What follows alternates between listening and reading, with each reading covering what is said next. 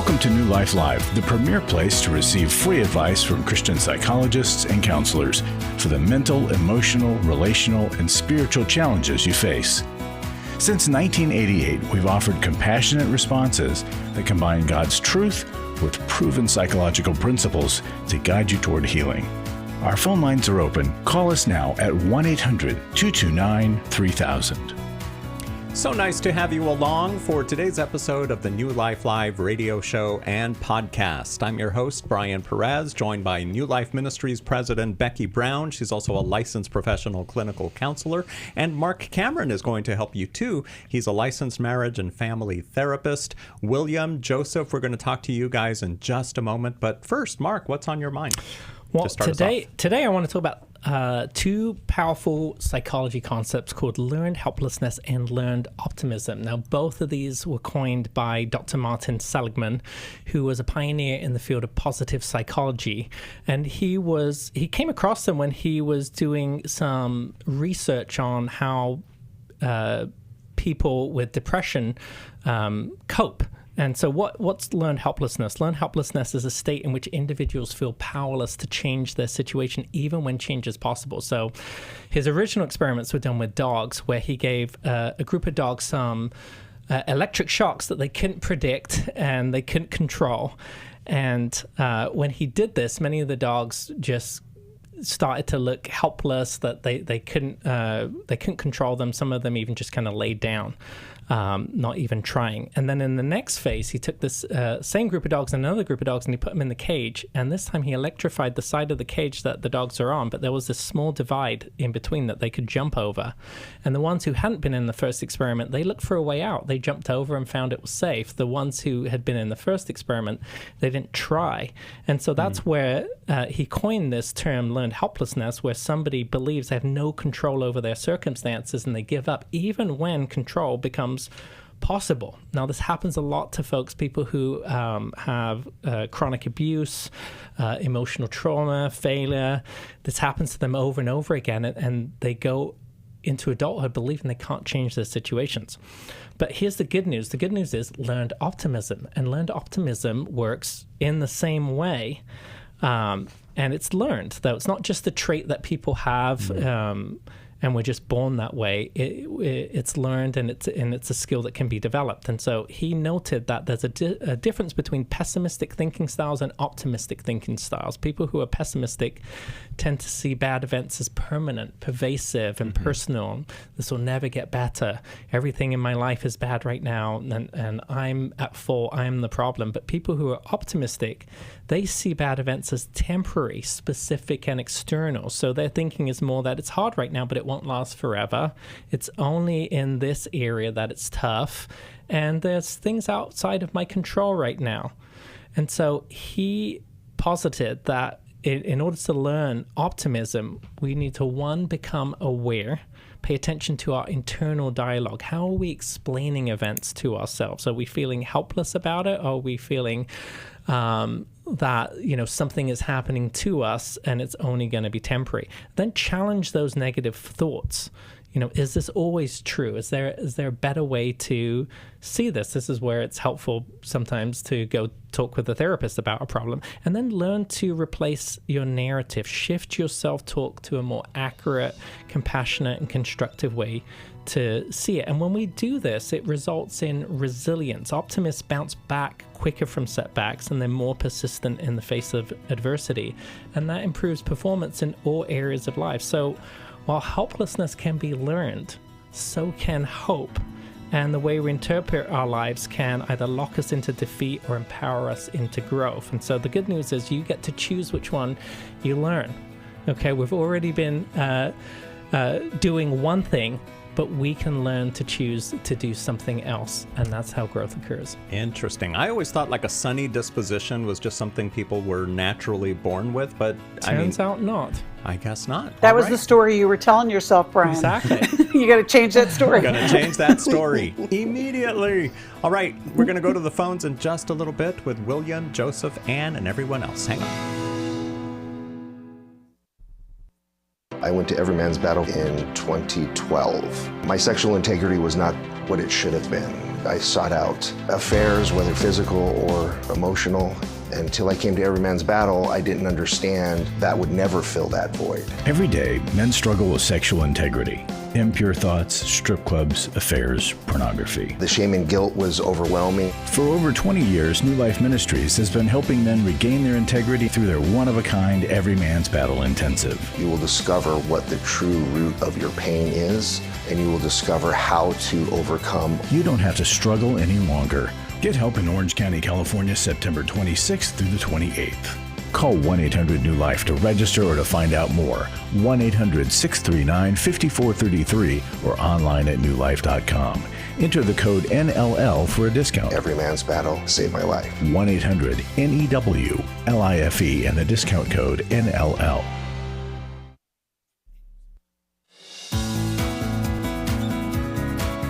To find out more information about New Life or to order any of the resources mentioned on today's program, call 1-800-NEW-LIFE. Now back to New Life Live. And let's go to William in Glenbury, Maryland, listening on WAVA. Welcome, William, to New Life Live. Thank you. Yeah, how can we help you today? Thanks for calling in. Well, I just came out of 46 years of pretty heavy substance abuse, and I'm in recovery now. I have 3 different mental illnesses. I was diagnosed with that in 2013, and I believe God's got a calling on my life, but every time I get headed in that direction, things get messed up, and I'm the one that seems to cause it. And what I was wondering is if you could send me some literature on bipolar, because they think because I'm hearing these voices, it's schizophrenia, and I don't think it is. Because I hear good things from the voice I hear. William, And I hear it every day. Did you go through a treatment program, or how long? Well, let me start with this. How long have you been clean and sober and out of treatment? This time over 60 days, just over 60 days. But I was in a Good job. psychiatric hospital in 1993. Uh-huh. And that's when they put me on disability. Okay. So William, do you have support around you? Like, do you have a counselor? Do you have a group that you go to? What is your plan to stay clean and sober? I go to Narcotics Anonymous. I go to AA. I'm in one of the best recovery houses I could find, which is a miracle because real quick, when I was living in a tent, I was homeless for 2 years at the end of it all, and I was living in a tent, and I was trying to get out of this tent, and I was very unsuccessful. So finally I got said and done, and I just stopped the drugs. And a day or two later, I was praying. I said, God, if you get me out of this tent, I'll chase you like I chased the drugs. Well, William, but, yeah. what are your diagnoses? Is schizophrenia one of them? It's one of them, yeah, because but this voice I hear tells me good things. And what are the other diagnoses? You mentioned bipolar. Does somebody diagnose you with bipolar also? Yeah, and I agree with the bipolar because I get to where I run 100 miles an hour sometimes. Okay, and then what's the third and one? I get too close to people when I talk to them, and it's just the way I am. They told me, a lot of different people have told me that over time. And I was diagnosed with persistent depression disorder. Okay. Which for years I was depressed to the point of suicide, but never carried it out. Okay, and when I got in that psychiatric hospital for 9 months, it turned out to be the best thing that ever happened to me, pretty much. Yeah, so it sounds like maybe these diagnoses are from 3 different individuals. 3 different physicians, I'm saying, because Well, see, since I got out of the psychiatric hospital, I've had to see a psychiatrist on my own, and I've been jumping around back and forth from this psychiatrist to that psychiatrist just to get my medication because I know I need it. And they never get a chance to personally know me. I'm seeing one now, what I'm trying to stick with. And it is hard. That's hard, William. That's hard for anybody, really, because the medical system is kind of like that right now. Do you have? I'm glad that you have housing. Are there are you working anywhere? Like, are you, like, what's happening No, as far as, okay. Yeah, I'm I know going you're to on Social disability. Security. Yeah. Okay. I just want to find out if I'm able to work a certain amount of hours per week because I need a disability, and I refuse to. I can't do it being a Christian to work under the table for cash, and that's illegal. Right. So I'm counting on God to work it out. Yeah, well, I appreciate, William, that you want to get an accurate diagnosis. That's really good because whatever we misdiagnose, we can mistreat. Now, you know, if you have bipolar disorder, that would explain, you know, the diagnosis of persistent depressive disorder because it keeps on returning. Now, sometimes bipolar can have psychotic features, but also substance abuse can also induce schizophrenia. And I think with both, that both would be treated with antipsychotics. So even though you want to get the most accurate, hold on one second. So even though you want to get the most accurate diagnosis, if some of the treatment is the same, I'm not sure it may matter too much in that respect if they're both going to require antipsychotics and you get prescribed the right antipsychotic. I do think you're onto something, though. You need someone who deeply gets to know you and gets to know your story. And so even though you have... Hold on one second. I want to do ministry. That's what I want to do.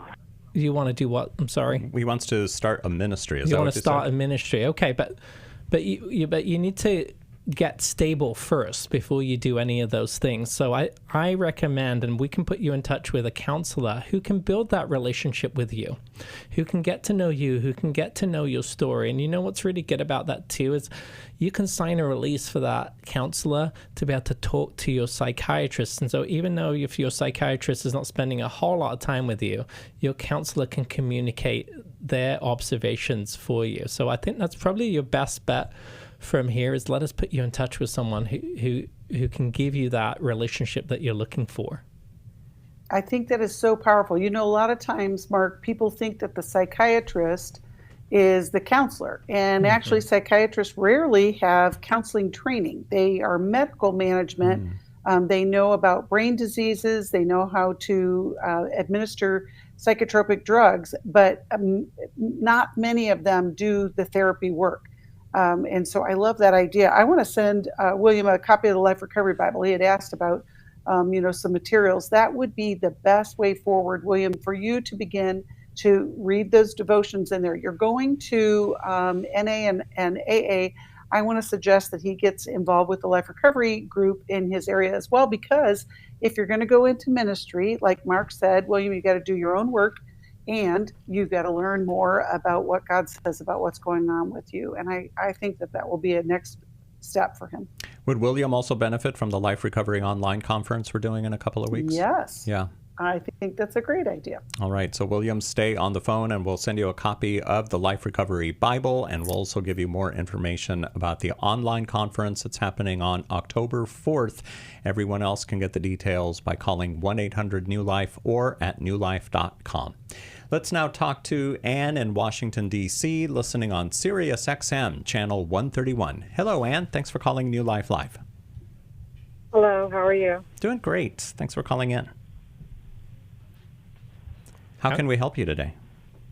I was wondering how to get out of a long marriage when you realize your husband's a narcissist and you can't seem to figure out how to get out of it because you have grandkids and I'm not working, so it's hard. How long have you guys been married? Oops, sorry. 44 years. Okay. Tell us a little bit about your marriage, Anne, and why you believe your husband's a narcissist and what the challenges you guys are facing. Just over time, it seemed like I've seen it more and more, and I think I just was in denial because I believe in, marriage and family and taking care of each other. But he was never physically abusive, but if he couldn't control me, he would take tags off my car, or he would say, well, you don't pay any bills. I'll just let him cut the water off. It was always control. And I just realized I started to feel depressed and sad. And I was like, he's actually breaking me down. And as a spiritual, uplifting person, I do ministry work. I go around and try to witness to people. And Just yesterday, I witnessed to a young lady that said her ribs were broke and her jaw got broke, and I'm going to take her tomorrow to go get a peace order against the guy, restraining order. But I feel like I'm stuck, and I can't do God's work because I'm not financially, set, and I'm stuck in a position where I'm not happy. Yeah, definitely sounds like there's some manipulation going on here. Have you told anyone about it? Have you both sought help together? Well, everybody that knows him, my kids, my close family members, all told me to leave a while ago. But every time I get the money to leave, I help him with his bills or something that he wants to pay off, and then I stay. Okay. And I don't want to do that anymore, but now I'm not working, so. Okay, so it sounds like you're recognizing your part, that people are concerned for you, telling you to leave, and then you start to prepare to leave, and then you somehow you start to, you self-sabotage is what you're saying. You start to help him out. Why do you think he keeps self-sabotaging? I think because I'm a very caring person, and I'm afraid of what he might do when I leave. Okay. So, I guess that's got the fear. So that's. But that's the thing. Wait a minute. That's the. But Ann, here, let's talk about this for just a second. Are you in danger? Have you been in danger? No, physically, he's not physically, but mentally, it's enough to. Are you afraid of what he's going to do to you or to himself? To himself. Okay. Yeah, so you're in a codependent relationship, Ann, and so I'm not saying that you're responsible for your abuse, but I talked in the opening here about learned helplessness, where somebody has a way out, but they feel like they can't move toward it, and that is exactly where I believe that you're stuck. You're stuck in this codependent relationship, and you call it care, but really it's fear. It's a different four-letter word. It's this fear that something's going to happen to him, and because you're codependent, that keeps you stuck. And so you need some support to help you figure out, where does that codependency come from, and how do you learn to break that? Because he may even be making these threats as part of the manipulation that's keeping you stuck. Becky? I have a different approach to this, and I think that whenever there is the threat, and we're talking about 44 years. I've been married 41 and a half years myself, and I was just thinking this morning how, 40, that's a long time to be with somebody in a situation like this. And I'm wondering, Ann, has it always been this way from day one? Has he always been, that aggressive towards you? No, I think after we lost our first son, he got worse. Okay, that's what I was looking for, because I know that if you guys have been together this long, something probably happened along the line that disrupted that connection. And losing a child, no matter what age, can be devastating to a marriage. And so my suggestion would be, I don't know if you want to take the risk, but I would love for the two of you to be in front of a counselor together. Would he be open to something like that, Ann? No, only if I left. He did that before. When I did leave one time before, he went to counseling, and the counselor recommended that I go back with him, and I did, and that's where I'm at now. And right. I did try to get out recently, but they won't. They said I had to be homeless to get out of, to even find a place to live. Well, I don't want to make the problem worse before it could get better. You said at the beginning about you're afraid to get divorced because of the disconnection with your grandkids. And it sounds like family is very important. And then with the loss of your son, how old was he when he passed? 30. Okay, so that's recent. That's just in the last 15 years? Yeah, 11 years ago. Yeah, okay. And that, I'm sure, has impacted everybody in the family, right? Yes. Okay. Have you ever thought about doing family counseling with everybody in the room? All the other kids? Yes, I'm a minister. That's what I do. I'm a caregiver, a minister. I do it all. And he just doesn't want to meet you at that point. until it's like me ready to go out the door, and then he will step up. And but you know what? That's the only time he will do it. Right, but here's the problem, Ann. I'm all about those last minute like threats or whatever, if there is a plan going forward. We can't just, I know I can hear it in your voice how tired you are of trying to make things happen. But I think inviting him into a process of healing, especially since you had years before that were good, that there could be a way forward. And we'll see what else we can give to Ann before we say goodbye. And we'd love to talk to you as well today here on New Life Live. If you're watching us on YouTube or Facebook, thank you. Make sure that you like that, click that like button there, the thumbs up. That'll get our videos out to more people. The Life Recovery Conference is online Saturday, October 4th. It isn't just for those struggling with addiction. It's for anyone ready to break free from destructive patterns and build a foundation for lasting change. Our expert speakers will equip you with biblical tools to face life's toughest challenges and find real transformation. You'll walk away with practical strategies to overcome anxiety, shame, and relational struggles, plus biblical wisdom for grief, finances, and identity. You'll also gain tools to recognize unhealthy patterns and clear action steps to choose wisdom every day. The Life Recovery Conference is for everyone.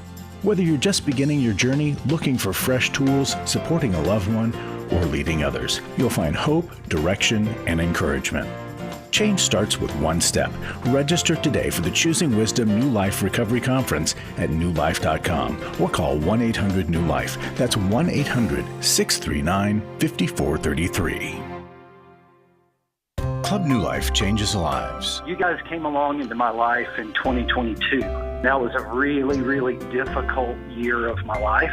You can help New Life Ministries provide Christ-centered hope and counseling resources to thousands of people by joining Club New Life today. I began to really process a lot of things that I've needed to for a long time, and y'all were a very big part of that. When you sign up to support us monthly through Club New Life, you'll make a difference in the lives of individuals and families with godly counsel and connection to help. I came out of it having never experienced anything like that, and y'all were there. Join today and help continue the message of hope to a troubled world. I knew I had to keep going, and I joined Club New Life, and y'all have been the resource that has now been a light for my wife and I. Go to newlife.com/CNL, and together we can help hurting people find help and hope in life's hardest places. Keep doing what you do because it makes a difference. newlife.com/CNL.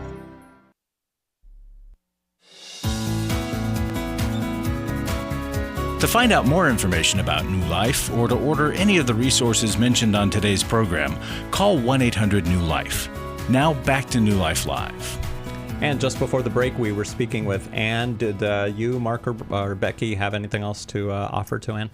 Yeah, I just want to say, a lot of times when we're feeling that pressure that you're feeling, Ann, we want to just get out of the pain. But sometimes that creates more pain. And as females, a lot of times, especially because she doesn't have any resources for herself, it really feels unfair, like she has to put up with stuff that she, that's not healthy or safe or any of those things. Plus, she's a minister trying to do the work that she feels God has called her to. So it's very complex, and there's no simple answer. But what I might suggest, and what I suggested before, is I would suggest couples or family counseling. I would raise the flag and say, this is a desperate time. But at the same time, Ann, and we've said this to many people over the years, you have to take steps of what life would be like if indeed you did divorce. For example, you're going to have to figure out a way to support your life, housing and food. And I know that there's some money that comes in divorce, but that's not always helpful. And divorce doesn't happen in a minute. Divorce isn't always the answer. A lot of times people want the divorce because it just is the relief to the pain that you're under. But we also need to know there's a long time before that decision's made and then the result of that. And one more thing. The Bible talks about, reasons that are acceptable for divorce. And I know that gets real tricky sometimes, but we do have to look at that, especially if we're in ministry. We want to take very carefully when there could be healing that could be made. We've talked about the devastation in the home that, losing a child, especially an adult child, the pain that is caused in a family where there is an angry man. We know that anger is SAD's body card. And so we want to get help for you and your family. And so we'll get you connected with a therapist, and, maybe you guys can see a different way through this. It's tough. What resource can we send to Ann from the newlife.com store? What would you say? Oh, gosh. I mean, I would say How We Love would be a good way to go about it. Yeah. Ann, thank you for calling us today here on New Life Live. And we're listening to Ann's story, and she mentions how she's a minister and she's helping people and everything else. But often people who are out there helping everyone else, they don't realize that they themselves need help too sometimes. And they're afraid to get it, or they just think that they're out to save the world or whatever. And I'm not saying that Ann's thinking like that, but why is it so important for everyone to kind of be in some kind of a support group? Or what would you say, Marc? Well, there's a well-known saying that one cannot pour from an empty cup. And I mean, we all need ongoing community and support and growth efforts in that aspect. But when we are really, really struggling in our own lives, it makes sense that we need to learn how do we heal first, put our energies into that before we go out there and start to rescue others. Oftentimes, rescuing others is a way for us to distract and a way for us to kind of shift codependency from one relationship to another. And so it takes a deep level of insight, awareness, and humility to be able to acknowledge these things, recognize them, and then reach out. Many pastors take sabbaticals. They give and they give and they give, and then they realize, I need to have a refreshment period for a time. And so sabbaticals are quite frequently done in pastoral positions. Becky, any thoughts? I just think, it's very hard when you're under the pain of loss, and in a long-term marriage, we get into habits. And I was thinking, Marc, just about the challenge to really be intimate with the person that you share life with when there's been pain, and that we haven't really looked at what brought us to this place. There's some usually clear signs, but when we talk about intimacy in marriage, or we talk about how we love, it's really about understanding what is it that we're presenting? What's making you so mad? What's making you so compliant or enabling? What's the story behind the story? And, we really try to do it on our own, but we had another caller on a previous show where you had said it's very important when you're doing work with other people to do your work. And I think that fits well here. Indeed it does. When you give to New Life, you're helping people connect to Christ-centered help. For some, like this radio listener, the radio program is what helps them.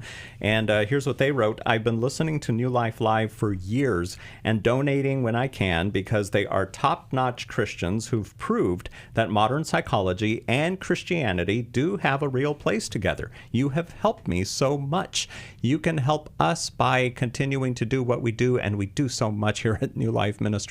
Call 1-800-NEW-LIFE to make a donation over the phone, or go to newlife.com and make a donation that way. You can also text NLM to 28950. And Becky Brown, it's amazing everything and we keep adding to what we do. We've got online courses and conferences and webinars and everything. It's amazing. What I'm amazed about is how God uses New Life in the lives of so many people, whether it's somebody who's called us, or someone who's going to join us at an intensive, or maybe orders a book. And people think a lot of times, it's all free because they love Jesus. Well, it's not, because we have to pay for airtime that you're hearing us on. And many times people think, oh, it's paid for by commercials. Well, it's not. We buy the time in order to get the news of hope and help out to the world. Yeah. And if you've been listening for any time at all, you can see that we are actively doing that. And we want you to be part of helping give people hope. When you give to New Life, you're going to be doing that. I became aware that my husband had had an affair. He was viewing porn on the computer. I was totally unaware of anything like sex addiction. Through the workshop, I truly believe my soul has been restored. The workshop educated me about what sex addiction was. It also gave me courage. I learned how to stand up for myself. Without a doubt, it was the most significant thing that I did. The Restore Intensive is coming to Washington, D.C. November 7th to the 9th. Register online at newlife.com or call 1-800-NEW-LIFE. Enter the code NLL for a discount. That workshop is where I found the tools and the people to heal from this most heartbreaking thing of my life. 1-800-NEW-LIFE and the discount code NLL. Do you need help for life's hard situations? My husband recently said he wanted a divorce. I'm confused on what I should do. I have an eating disorder. New Life Live answers your questions on relationships, grief, addiction, trauma, anxiety, and much more, all from a biblical perspective with our panel of professional counselors and psychologists. I learn a lot from your program. You help so many people. I appreciate your ministry. Whether you listen or watch, there are so many ways to connect with us to ask our panel of counselors a question. Call us Monday through Wednesday at 1 p.m. Eastern, 10 a.m. Pacific at 1-800-229-3000 to ask your question on New Life Live. Or go to newlife.com/radio for other ways to get your question answered. I'm trying to find help. I just want to know how to set boundaries. If it's a sin, what am I supposed to do? Need a therapist or a coach, a resource, or an intensive? Call us at 1-800-NEW-LIFE. That's 1-800-639-5433. 1-800-NEW-LIFE.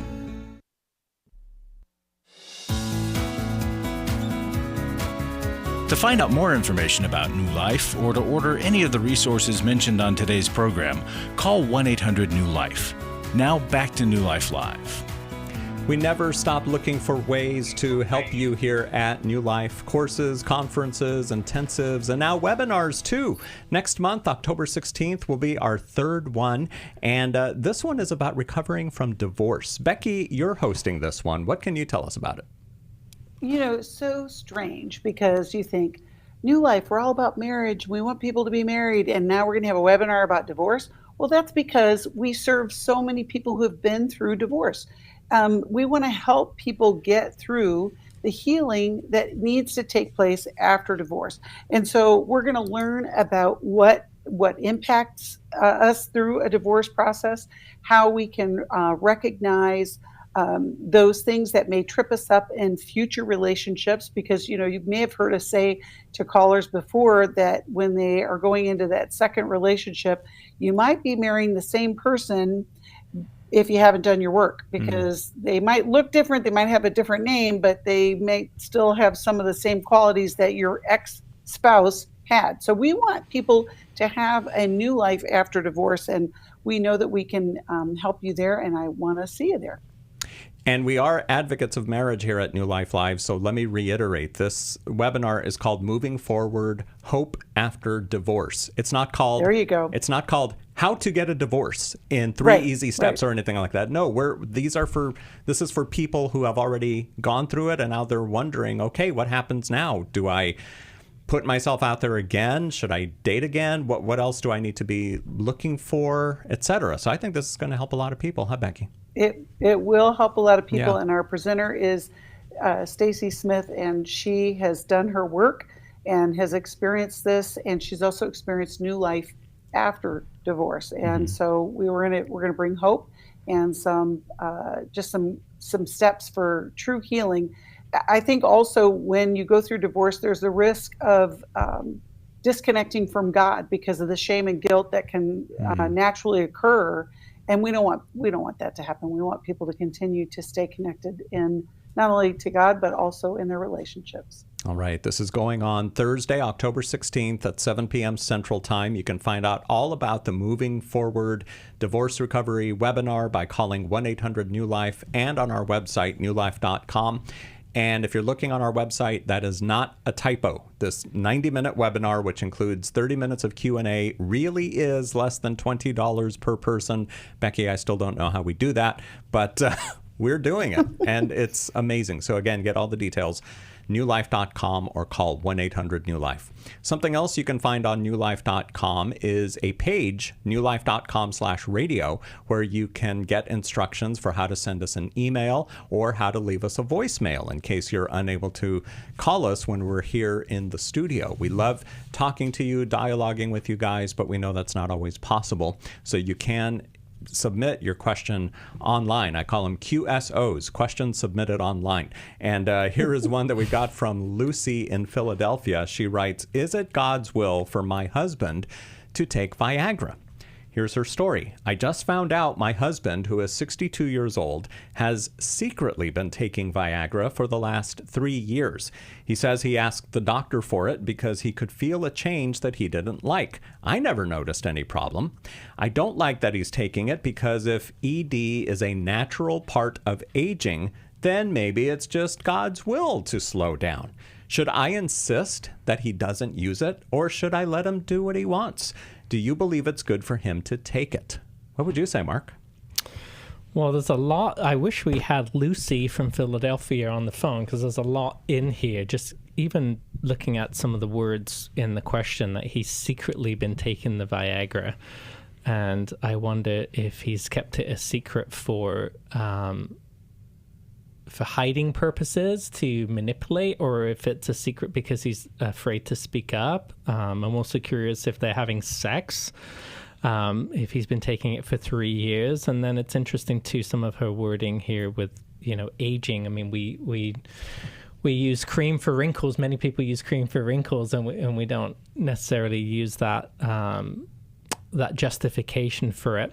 I just think for you, Lucy, it sounds like you guys really need to be having that conversation together, and I wonder if that's just a real main issue. Lots of times people come into therapy and we call it the presenting problem. It's like this issue that they put on the table, and this is the problem, this is the thing. Can you help us solve this problem? But often there's a pattern underneath where these problems just keep on coming up and up and up, and I think that's where some of these words that I put in here, if there's a pattern that there's a fear to speak up, or there's a pattern that there is a hiding and manipulation that's going on. And then also with Lucy saying, should she insist? I don't think that we should insist upon one another. I mean, I think it's possible that we should be able to set boundaries, but one person shouldn't be insisting upon another person for their will to dominate. And I would say, Lucy, I don't think it's wrong for a person to take Viagra. I wouldn't necessarily say that it goes against God's will, just to kind of answer that question. But I think the deeper thing here is you and your husband learning how to address these problems, how to have the conversation out in the open.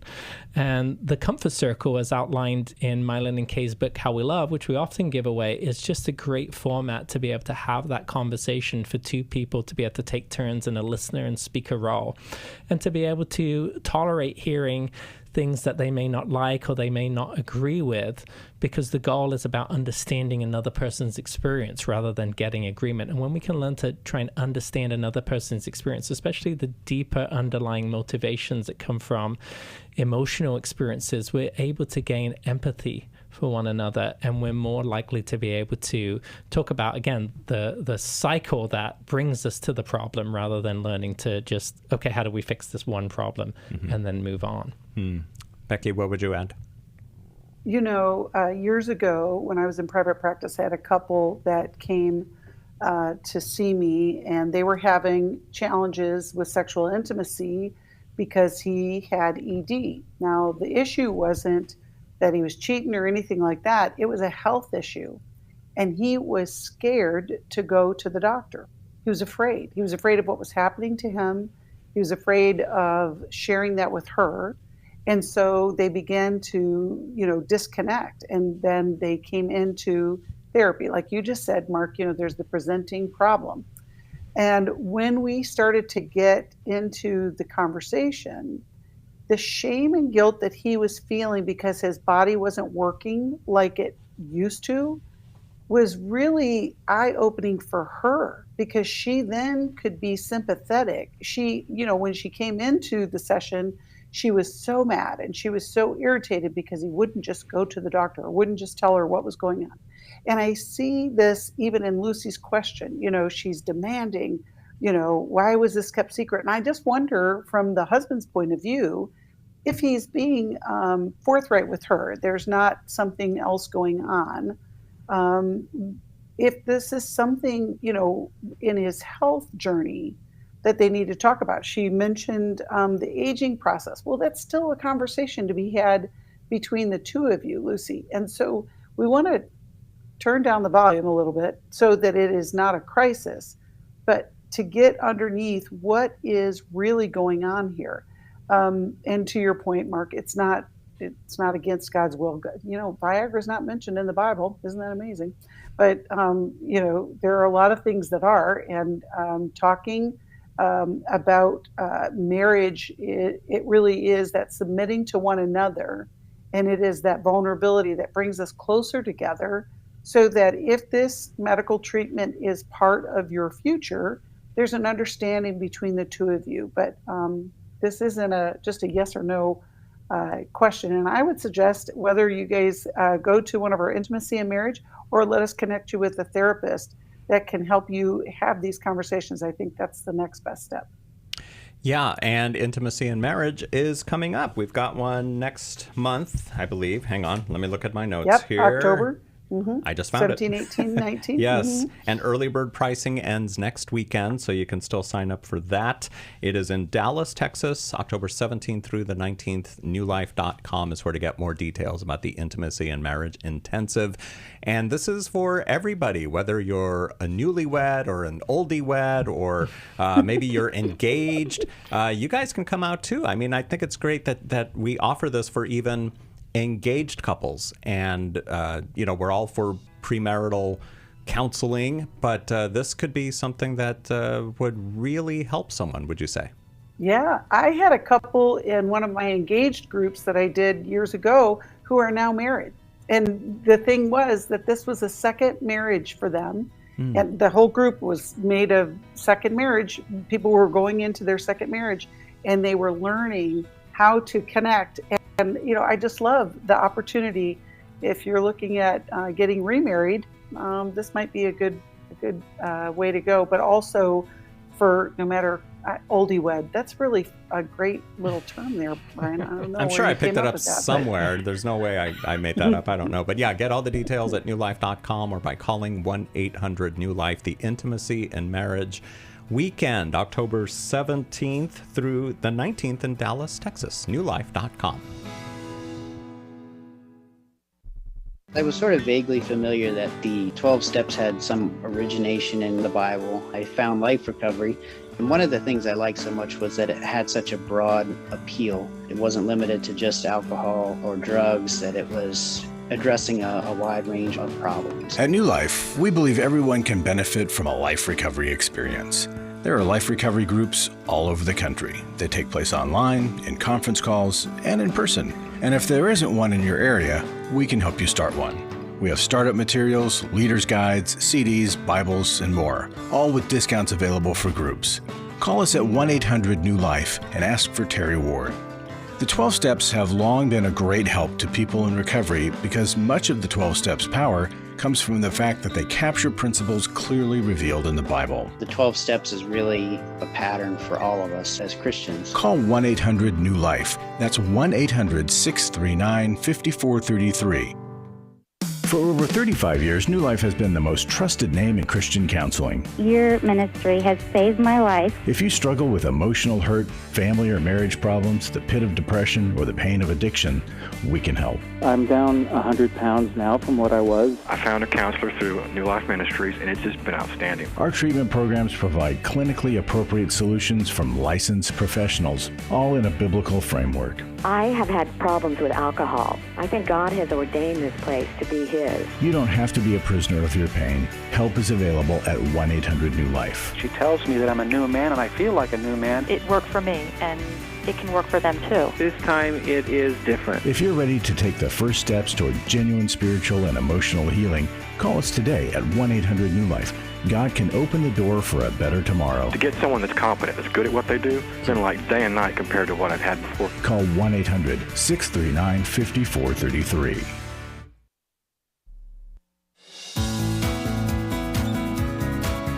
To find out more information about New Life or to order any of the resources mentioned on today's program, call 1-800-NEW-LIFE. Now back to New Life Live. All right, we are back here on New Life Live. I'm Brian Perez, here with licensed marriage and family therapist Marc Cameron and licensed professional clinical counselor Becky Brown, who is also the president of New Life Ministries. You can find out all about us at newlife.com. You can follow us on social media, and we've always got something new posting every few hours, it seems, or at least a couple of times a day. It seems like we post something encouraging or maybe a clip of the radio program, and it's just really good. So make sure you guys follow us on social media, subscribe to our newsletter at newlife.com. You know, speaking of online, I saw an article a while back, and I would love to get your thoughts on it. The opening paragraph read, "By honestly explaining all your adult problems to your child, you are not making them mature, you are just stealing their peace of mind." What do you guys make of that? True or false? Maybe a little bit true, a little bit false. What do you guys say? Mark? Well, I think it depends on how old your children are. Right. Okay. So if they're still dependents and you're explaining your problems because you're using them as a counselor, yeah, that's destructive. That's called parentification, when you elevate your child to a parent role or an adult role. So that is not good. Now, it's good to, I think, confess mistakes at times to kids, you know, especially if you make a mistake, you know, that impacts them. Or if it's a teaching moment opportunity. I often have done this with my kids. They've come home and they said, hey, this happened. You know, I didn't handle it well. I think I should have handled it different. What do you guys think? And in that sense, I'm not coming to burden them with my problem. I'm actually coming to kind of create dialogue and help them develop, you know, critical thinking skills and show humility that, you know, I make mistakes too, and you know, I value their opinions on these things. So I think in that sense that, you know, doing it that way could be good. And also, if your kids are adults, again, I wouldn't necessarily put them into a counselor role, but being able to explain, you know, the issues that you've had that has affected the way that you parented them growing up. That helps them make sense of their childhood experiences. And research shows that in order to earn a secure attachment, which I'm all about, teaching people how to earn a secure attachment, we need to build something called a coherent narrative. We need to make sense of our childhood experiences. And so in those ways, I think it can be productive and helpful and healthy. Becky Brown? I think age does matter, like Mark was saying. I also am going back to your opening talk, Mark, when you're talking about being aware and the question of how are we explaining events to ourselves. I also am thinking of an old Nora Ephron quote. I know that sounds very spiritual. And she said, if you ask a child, if you ask a child if she wants her mother losing her mind in the next room or feeling very fulfilled out in the world, they're going to pick losing her mind in the next room. I mean, that's just a joke, but you know, a lot of times kids don't even know that you exist apart from them. You know what I mean? Like that. It's just, they don't see you as a person. They see you as mom and dad.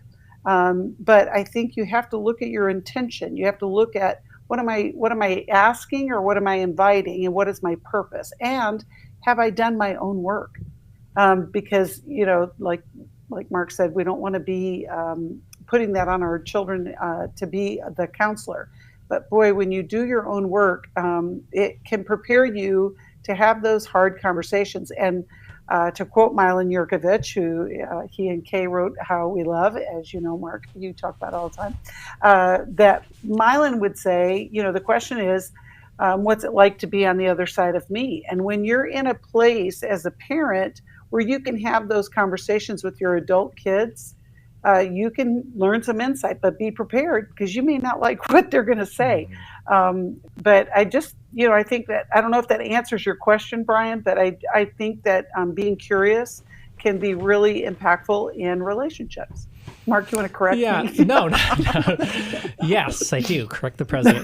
No, just to add to, something that I've heard Mylon said that I think is really powerful is asking that question, what would you change about me as a parent or to anyone who's a family member?